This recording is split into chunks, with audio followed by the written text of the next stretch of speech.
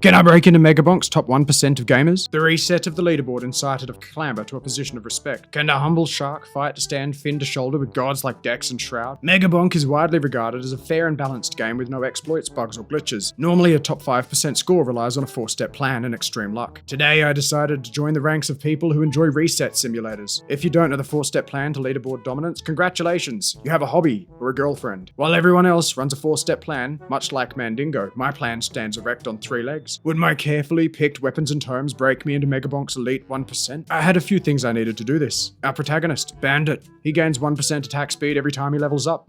And why is this important? It synergizes beautifully with Joe's dagger. Like apes flinging shit at a wall, something's bound to stick and hopefully execute the overtime ghosts. The essential tools of the aura, the black hole, the curse tome, the size tome, and the damage tome. I can hear your thoughts already. Where's the love for my boys? The XP and luck tomes. The long answer here is quite clever and articulate.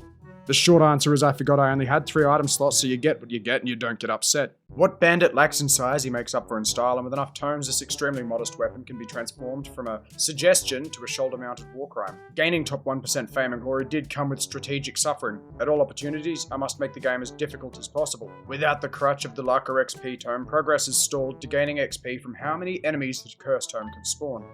This strategy was reliant on gaining levels in the damage and curse tomes at commensurate rates. Carelessly stacking difficulty would lead to Bandit's untimely demise, so much like Jake Paul, I hand-picked fights I knew I could win.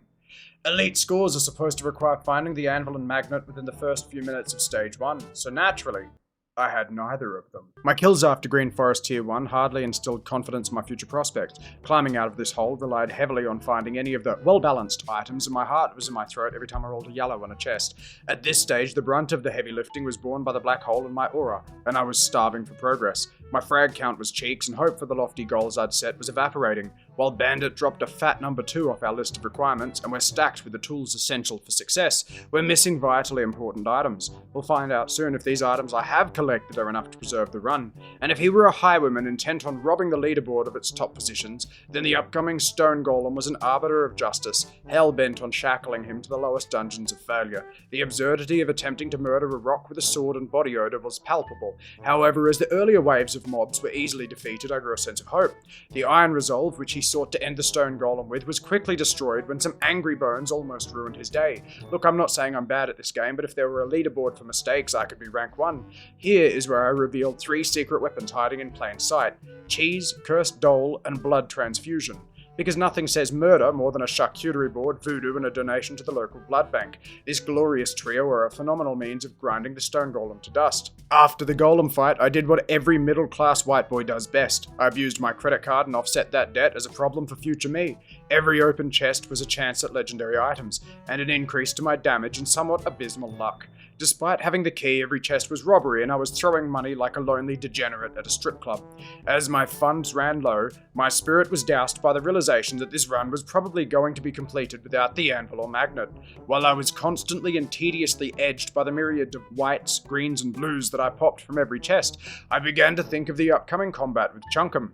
Chunkum, a towering pig-faced demon of masculinity and meat, an absolutely unholy pillar of potential bacon. Like Peppa Pig was dumped and discovered steroids and strongman. From the moment they spawned, the bush pigs were dancing in place like 3 millennial single mothers at My Chemical Romance shows. The black hole locked them in place, easy sailing with the cursed dole, cheese, and blood transfusion. The entire debacle was roughly 30 underwhelming seconds of awkward movements and furious grunting, like the saddest outcome of a first date gone too well. Chunkum was defeated, and the aftermath of combat saw Bandit rewarded with what everyone wants off a pig's corpse: socks. This left me 1 minute 30 to grind out the boss, and if Chunkum was any warning, I needed to get to it straight away. From leaving the altar, it was clear Chadbark had laced up his Reeboks and was taking the Shoelace Express. The term built like a brick shithouse springs to mind with his 1.1 million health. This bristling hedge of thorns was running me down like a homeless person at a bus shelter asking for a light. I had accidentally made uncomfortable eye contact, and he was determined we were the best of friends. All Bandit could do is play the floor as lava, reverting to his most primal state: spam jumping and praying. And suddenly his prayers were answered, and blessed be the 80,000 damage critical hit that delivered us from mediocrity. Chadbark had gone down faster than your mum after a glass of red. At this stage, I was still despondent about my kill count. The absence of the Anvil and Magnet had gone from mild inconvenience to existential crisis. I was hunting for experience like a man parched and dying of thirst on a life raft in the ocean. Any chance at an elite score had left the chat, and Bandit combed through chests, hunting for a savior, and each leaking second was pain. His hope was being crushed, refined, and mass-produced as artisanal suffering. On entering Stage 3, to misquote Seneca, man is more often punished in imagination than reality. With the majority of levels remaining on his tomes and weapons, it was still possible to recover. Bandit refused to be punished by events not yet come to pass. I was now fully invested in saving this run and placing on the leaderboard. This was going to be a bigger comeback story than Kim Kardashian. Bandit was a cold and calculating predator, slipperier than a greased-up eel in a thunderstorm.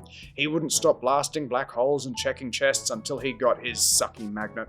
Chunkum tried to derail this freight train of resolute positivity, but Bandit channeled his inner valley girl and manifested the absolute shit out of victory. As time passed, we were blessed with a number of legendary upgrades, and Bandit was nestled snugly into the bosom of 2 shrines when the stone golems appeared.